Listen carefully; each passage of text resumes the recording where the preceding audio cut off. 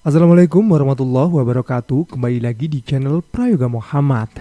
Nah, teman-teman semua, di mana ada video baru ya tentang Gibran yang menjawab pertanyaan dari santri. Nah, di sini gue sendiri melihat ya begitu beratnya seorang Gibran menjawab pertanyaan dari santri tersebut ya, terlihat sangat sulit gitu loh. Yang pertama, jawabnya itu kurang satset gitu ya guys. Sepertinya itu mikirnya lama gitu kalau mau menjawab itu. Dan kata-katanya pun itu seperti orang yang terbata-bata gitu. Bahkan gue sendiri ngeliat komennya pun aduh kasihan gitu loh. Nah, di sini tentu masyarakat bisa melihat ya betapa beratnya tanggung jawab ini gitu loh. Seorang wakil presiden itu memang harus cerdas, harus punya gagasan, harus punya narasi, bisa spekulasi, harus bisa memberikan solusi walaupun itu secara spontan. Ya memang seperti itu yang dibutuhkan oleh masyarakat. Tapi kalau menjawab pertanyaan saja sudah terbata-bata, berat, terlalu terlihat terbebani dan bingung, tentu hal itu membuat masyarakat semakin ragu gitu. Yang pastinya akan ada pertumpahan akal pikiran di situ.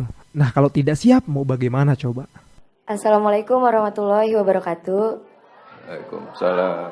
Saya ingin bertanya kepada Mas Gibran, apa saja kiat sukses untuk generasi muda di masa depan yang dimana nanti kita akan di beberapa tahun kemudian nanti kita akan melewati, mengalami dan mendatangi masa itu. Jadi mohon tipsnya kepada Mas Gibran atas kiat sukses untuk generasi muda di masa depan. Wassalamualaikum warahmatullahi wabarakatuh. Pertanyaannya general sekali. Pokoknya belajar yang rajin. Besok ujian kan, belajar. Dah, sama nurut sama Pak Kiai, dah dua itu cukup ya. Dah itu aja kiat sukses, apalagi ya. Nggak ada kiat sukses yang lain ya. Cukup. Saya mau bertanya tentang perencana persiapan untuk bonus demografi tahun 2045 masa depan Indonesia. Tadi saya mendengar penjelasan Bapak, saya menangkap kalau Bapak menekankan pada bidang bisnis dan teknologi. Nah, tapi bagaimana dengan bidang agraria, pertanian dan perdagangan? Maksudnya di zaman dulu kan kita terkenal dengan beras sekarang. Sekarang kita malah ngimpor dari Thailand. Dan banyak masyarakat kita yang kekurangan beras. Kemudian Anda juga bilang untuk mengarahkan anak yang bisa ini ke bidang ini, anak yang bisa ke bidang itu. Bagaimana dengan nasib anak yang bahkan tidak bisa menempuh pendidikan sekolah karena entah terpaksa menikah muda, terutama untuk anak perempuan seperti kami, atau anak yang kurang mampu begitu. Tadi mungkin tadi belum mencakup semua ya. Sebenarnya apa yang kita pengen tuh santri-santri, Gen Z, milenial tuh bisa ini apa? Bukan hanya masalah teknologi ya, tapi juga termasuk kamu tadi sebut pertanian. Tapi ke depan yang namanya pertanian tuh harus mulai mengarah ke misalnya smart farming. Kalau sekarang saya ketemu dengan petani-petani ya, yang menjadi masalah pasti masalah pupuk, masalah pembibitan. Atau kalau saya ketemu dengan nelayan, itu biasanya terbentur masalah regulasi. Sekarang kan ada regulasi terbaru itu misalnya penangkapan ikan terukur, zonasi kuota. Nah, nanti ke depan jangan sampai tidak ada anak muda yang mau jadi petani, karena masa depannya juga ada di situ. Kan nanti pernah dengar masalah ini ya, apa istilah hilirisasi ya? Hilirisasi kan yang paling terkenal nikel untuk apa? Baterai ini loh apa? Mobil listrik. Nah, ke depan tuh juga ada yang namanya hilirisasi digital, hilirisasi pertanian, hilirisasi perikanan. Nah, nanti yang ngisi anak-anak muda. Jadi kalau di Jawa Barat itu ada yang namanya program petani milenial. Pernah dengar? Ada yang dari Jawa Barat nggak? Ada program namanya petani milenial. Jadi petani yang menggunakan benar-benar teknologi terkini, misalnya untuk mengecek pH tanah, mengecek tanah mana saja yang subur. Ini kalau nggak anak-anak muda yang menggunakan teknologi nggak mungkin bisa. Oke, yang pertama terus terang gue ngantuk sih dengerinnya. Soalnya seperti kayak tidak ada gairah gitu untuk menjelaskan. Yang kedua, ini nggak dapat poinnya, maksudnya solusinya nggak dapat. Kayak yang pertama tadi, melewati masa kecil menjadi dewasa gitu kan, nanti di dewasa harus cari kerja apa segala macam, bagaimana. Cuma dikasih jawaban ya belajar sama nurut sama pak kiainya, udah cukup. Dah. Itu memang udah pasti, namanya anak pesantren mah memang belajar terus nurut sama kiainya. Maksudnya itu kiat-kiatnya gimana, step by stepnya gimana, penanganannya gimana, terus solusi ke depan nantinya mau buat program apa, kan yang itu yang diminta. Oke teman-teman semua, coba kita lihat ya cuplikan yang berikut ini. Ini pertanyaan yang ringan buat kalian. Apa hebatnya pemuda di belakang saya ini bagi kalian, sehingga kalian mengeluh-elukan, mengatakan orang ini representasi anak muda? Padahal bocah ini dipaksa oleh orang tuanya lewat keputusan MK menjadi seorang cawapres. Karena kemampuan yang terbatas, minimnya pengalaman, dia takut debat cawapres, merengek di ketiak bapaknya untuk minta tolong. Akhirnya apa?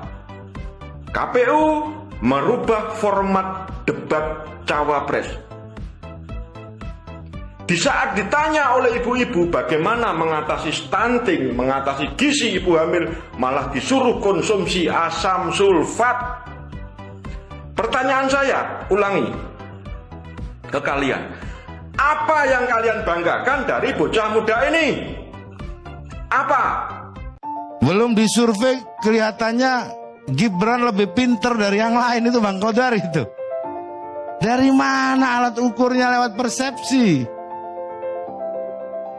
Kalau lihat dari gimmick dan wajahnya, enggak juga menunjukkan kecerdasan gitu. Lah terus konstituen yang ditanya, mungkin yang dimaksud itu adalah Gilbran. Gilbran itu ketua presiden BEM UGM. Kalau itu cerdas. Jangan-jangan publik yang dimaksud itu adalah Gilbran, anak muda yang waktu itu pernah dalam satu forum di satu stasiun TV, dia memakai kaos yang bertuliskan tolak anak haram konstitusi. Orang ngukur kelulusan tes itu Pak Karni itu dengan soal-soal, bukan disuruh berbaris di lapangan terus diukur tinggi badannya, gaya jalannya, terus ini lulus, Anda pintar, nggak mungkin. Nah, ya, jadi menjadi catatan juga buat anak muda kalau ternyata mereka nggak datang jelas ke menjadi acara wujud debat di luar bahwa kampanye saya melihat KPU ya, kepengecutan intelektual. Oke, dan signifikan. Itu kan menjadi bukti bahwa ya capres-capres ini dengan sengaja memanfaatkan kebodohan publik. Salah satu kecemasan kita sebagai anak muda adalah kami takut demokrasi di tahun 2024 ini fokus pada gimmick. Artinya Anda melihat tendensinya ke arah sana. Jelas. Yang paling banyak menurut Anda siapa? Nggak masukkan iya. Jadi lebih jelas. Mungkin yang paling kelihatan ya dari paslon nomor urut 2. Karena kalau katakanlah di Jogja ya Mbak ya, itu banyak banget baliho besar, cuman gagasannya kecil. Jadi balihonya besar tapi gagasannya kecil. Ketika Jokowi lebih mementingkan kekuasaannya daripada etik. Kan dalam politik Jawa nomor 1 itu kekuasaan. Sehingga di awal tahun 2023 kemarin kan ada isu 3 periode kan. Itu isu yang benar-benar berembus dari istana. Dan mulailah tabiat Jokowi sang raja Jawa ini muncul. Saya malah nyebutnya Machiavelli Jawa. Liciknya tuh culas betul dia. Bayangin, dia gagal 3 periode. 3 periode itu isu yang digunakan untuk tes ombak. Apakah masyarakat itu menerima itu atau enggak? Saya melihat bahwa orang ini sangat orang yang sangat culas. Meskipun satu alumni sama saya benar-benar apa tadi kata jijik lah. Karena apa? Dia dengan senang hati mengutak-atik tanpa otak konstitusi Indonesia. Akan jadi presiden yang sangat hina, akan menjadi sebuah sejarah yang sangat hina ketika ada seorang capres dan cawapres, yang satu produk gagal reformasi, yang satu anak haram konstitusi, memimpin sebuah negara besar. Tapi sayangnya negara besar ini dipimpin oleh pemimpin yang otaknya kecil. Raja Jawa ini mau nggak mau kita harus tumbangkan, entah itu secara ideologis maupun secara konsep. Karena kalau teman-teman tahu, saya menyebutnya politik porno.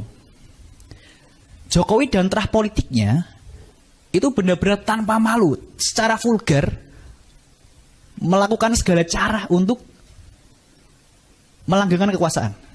Dan saya tidak membenci Jokowi secara personal. Saya membenci Jokowi dan terah politiknya karena secara sistem dan politik, secara ideologis mereka merusak sistem demokrasi kita.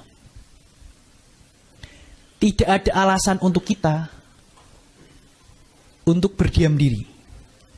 Kalau boleh sedikit cerita, besok teman-teman BMKM UGM akan mengadakan sebuah diskusi.